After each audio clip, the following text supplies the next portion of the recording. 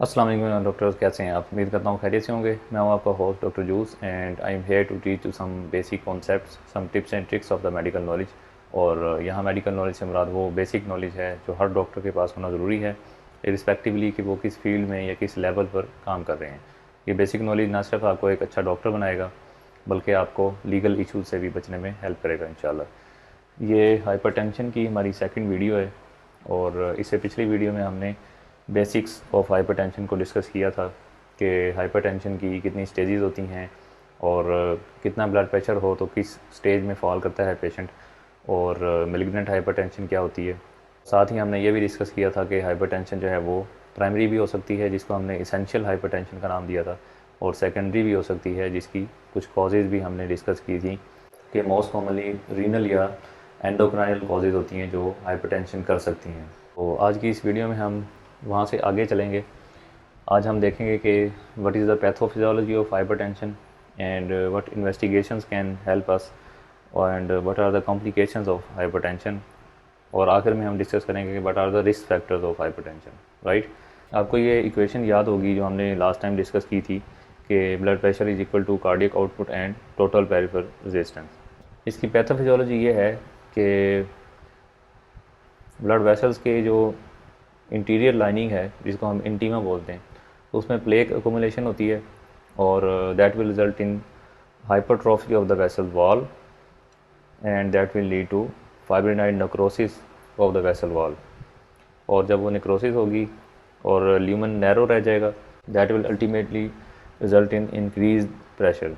Right, क्योंकि ये law of physics है कि जब भी कोई फ्लूइड जो है वो फ्लो कर रहा होता है किसी भी ल्यूमन में से, तो जब ल्यूमन को नैरो कर दिया जाए तो प्रेशर ऑटोमेटिकली बढ़ जाता है। तो यही रूल यहाँ पे अप्लाई होता है कि अल्टीमेटली होता यह है कि जो ल्यूमन है वो नैरो हो चुका होता है और इंजर हो चुका होता है due to plaque accommodation, due to necrosis.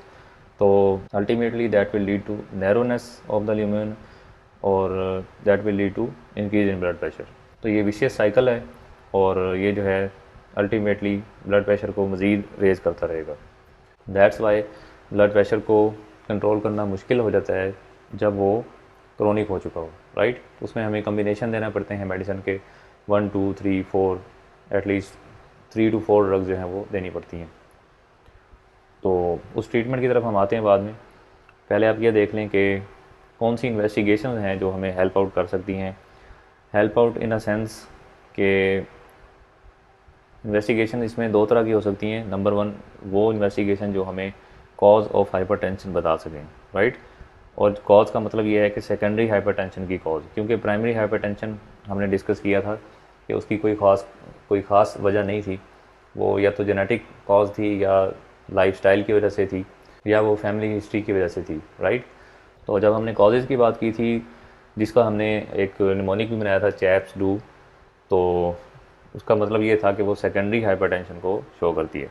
तो कुछ लैब्स हैं जो हमें हेल्प आउट कर सकती हैं ये फाइंड आउट करने में कि इस पेशेंट को अगर सेकेंडरी हाइपरटेंशन हो रही है तो वो किस वजह से हो रही है। राइट, और उसमें से कुछ रिवर्सिबल भी हैं और कुछ रिवर्सिबल नहीं भी हैं। तो बहरहाल, और कुछ इन्वेस्टिगेशन ऐसी हैं जो हमें कॉम्प्लिकेशंस के बारे में बता सकती हैं कि ड्यू टू क्रोनिक हाइपरटेंशन इस पेशेंट के अंदर कौन सी कॉम्प्लिकेशंस हैं जो डेवलप हो चुकी हैं। राइट, कॉज वाली इन्वेस्टिगेशन जो है वो नंबर वन, कॉर्टिसोल लेवल, जो कि हमें कुशिंग डिजीज़ के बारे में कुछ बता सकता है, और साथ ही हमें sodium, potassium and calcium level in the serum जो है वो भी गाइड कर सकते हैं कि पेशेंट जो है वो कुशिंग डिजीज़ का पेशेंट हो सकता है, या जो हमने डिस्कस किया था कि हाइपर एल्डोस्टेरोनिज्म भी इसकी एक कॉज थी। तो ये सारी चीज़ें हमें गाइड कर सकती हैं कि कोई ऐसा प्रॉब्लम, एंडोक्राइनल प्रॉब्लम जो है वो इस पेशेंट में हो सकता है।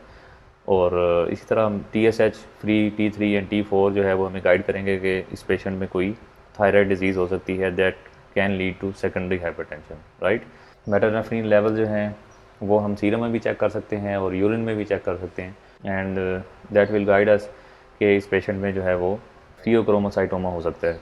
राइट, और इसी तरह हमने कहा था कि रीनल कॉजेज़ भी इसकी one of the most common causes थी। तो किडनीज़ को देखने के लिए हमारे पास रीनल डॉपलर की ऑप्शन है, जिसमें हम रीनल वेसल्स को देख सकते हैं।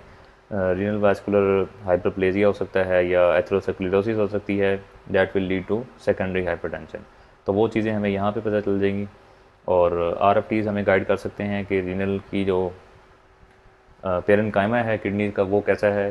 That can also lead to hypertension, जो कि हमने डिस्कस किया था कि वो नेफ्रिटिक या नेफ्रोटिक सिंड्रोम जो है वो उस सूरत में प्रेजेंट कर सकता है। और साथ ही हमें यूरिन कंप्लीट एग्जामिनेशन भी गाइड करेगा। यूरिन में प्रोटीन यूरिया हो सकता है या RBCs हो सकते हैं, वो इंडिकेट करेंगे कि something is wrong with in the kidneys, right.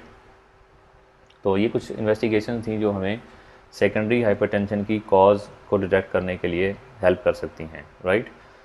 यहाँ याद रखने की बात यह है कि हाइपरटेंशन का डायग्नोसिस जो है वो क्लिनिकल होता है, उसके लिए हमें किसी लैब की ज़रूरत नहीं होती। उसमें सिर्फ क्लिनिकली आप ब्लड प्रेशर की रीडिंग से ही जो है वो पेशेंट को डायग्नोज कर सकते हैं। और उसके लिए शर्त यह है कि आपने 2 डिफरेंट रीडिंग्स लेनी हैं एट डिफरेंट टाइम्स, जो कि एटलीस्ट 1 वीक अपार्ट हों। और अगर दोनों रीडिंग उसकी ज़्यादा आती हैं, स्टेज 1 स्टेज 2 या सीवियर हाइपरटेंशन किसी में भी फॉल करता है, तो आप उसको जो है वो लेबल कर सकते हैं, राइट। लेबल करने के लिए हमें किसी लैब की ज़रूरत नहीं है। ये लैब्स हमें सिर्फ हेल्प आउट करती हैं कि उसकी कॉज क्या हो सकती है। इसी तरह कुछ लैब्स जो हैं वो हमें कॉम्प्लिकेशंस का बताएंगे। उससे पहले मैं आपको कॉम्प्लिकेशन बता देता हूँ। कॉम्प्लिकेशन जो हैं वो हाइपरटेंशन की first of all itself heart पे होंगी। That can lead to left ventricular hypertrophy, ischaemic heart disease and heart failure, right. और CNS की इसकी कॉम्प्लिकेशंस होती हैं TIA, जिसको हम ट्रांजिएंट इस्कीमिक अटैक बोलते हैं, एंड स्ट्रोक। और किडनीज़ में ये नेफ्रोपैथी कर सकती है, रीनल फेलियर कर सकती है, एंड क्रोनिक किडनी डिजीज़ कर सकती है। और आई में जो है ये रेटिनोपैथी करेगी, जिसको हम हाइपरटेंसिव रेटिनोपैथी बोलते हैं। और इसकी 4 स्टेजेस होती हैं, ये भी हम अगले किसी वीडियो में डिस्कस कर लेंगे। और इसको कंपेयर कर लेंगे विद डायबिटिक रेटिनोपैथी। ये दोनों मिलती जुलती हैं, लेकिन इनमें थोड़ा सा डिफरेंस है, तो इस पर हम इंशाल्लाह एक सेपरेट वीडियो बना लेंगे। अब कुछ इन्वेस्टिगेशन हैं जो हमें इन कॉम्प्लिकेशंस के बारे में बता सकती हैं, लाइक ECG, एकोकार्डियोग्राफी, प्रो-BNP, ये हमें हार्ट फेलियर का बताएगा। ECG एंड एको जो है वो हमें लेफ्ट वेंट्रिकुलर हाइपरट्रोफी और इस्कीमिया के बारे में बताएंगे। इसी तरह CT brain and MRI brain जो है वो हमें TIA स्ट्रोक के बारे में बता सकता है। और फंडोस्कोपी जो है वो हमें रेटिनोपैथी के बारे में बता सकती है। और जो किडनी की कॉम्प्लिकेशंस हैं वो हम ऑलरेडी डिस्कस कर चुके हैं। अल्ट्रासाउंड हमें गाइड कर सकता है नेफ्रोपैथी के बारे में, यूरिन कंप्लीट एग्जामिनेशन हमें गाइड कर सकता है, और RFTs जो हैं वो हमें गाइड कर सकते हैं।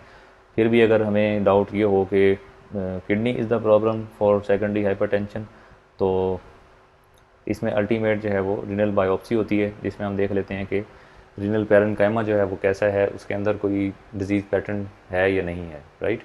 ये सारी इन्वेस्टिगेशन करने का मकसद ये था कि एक तो हमें कोई ऐसी कॉज मिल सके जो रिवर्सिबल हो, तो हम उस पेशेंट को क्योर कर सकते हैं, या उस पेशेंट में अगर कॉम्प्लिकेशन डेवलप हो रही हैं तो हम उसको टाइमली एड्रेस कर लें ताकि वो एंड ऑर्गन डैमेज तक ना पहुँचे।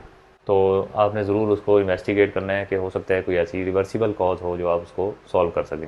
तो नंबर 1, वो पेशेंट जो आपके पास 30 ईयर्स या उससे भी पीछे या उससे भी पहले प्रेजेंट हो रहा है विद हाइपरटेंशन, उसमें आप ज़रूर सस्पेक्ट करें कि ये सेकेंडरी हाइपरटेंशन हो सकती है। या अगर किसी की हाइपरटेंशन रिफ्रैक्ट्री है, रिफ्रैक्ट्री से मुराद ये है कि आपने उसको फर्स्ट लाइन ट्रीटमेंट दे दिया हुआ है, लेकिन उसके बावजूद भी वो रिस्पॉन्ड नहीं कर रहा, रेजिस्टेंट हाइपरटेंशन, तो उस पेशेंट में आप सस्पेक्ट करें कि ये सेकेंडरी हो सकती है। या अगर किसी पेशेंट में मैलिग्नेंट हाइपरटेंशन है तो उसमें भी आप सस्पेक्ट करें।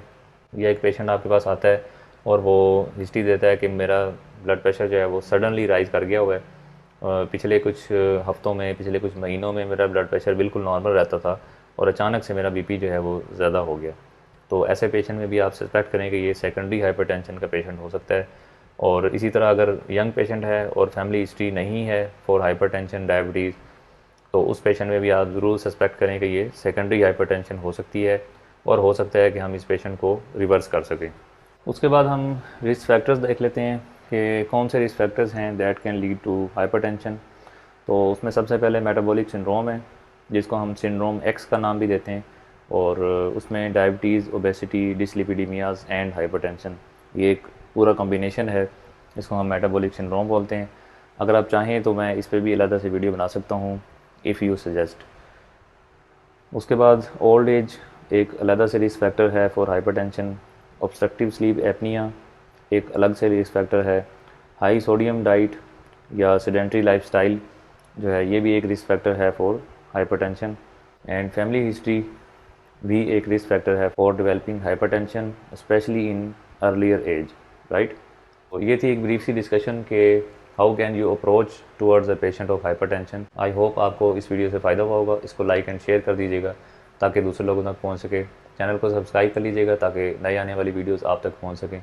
Till the next video, I am doctor जूस। अल्लाह हाफिज़।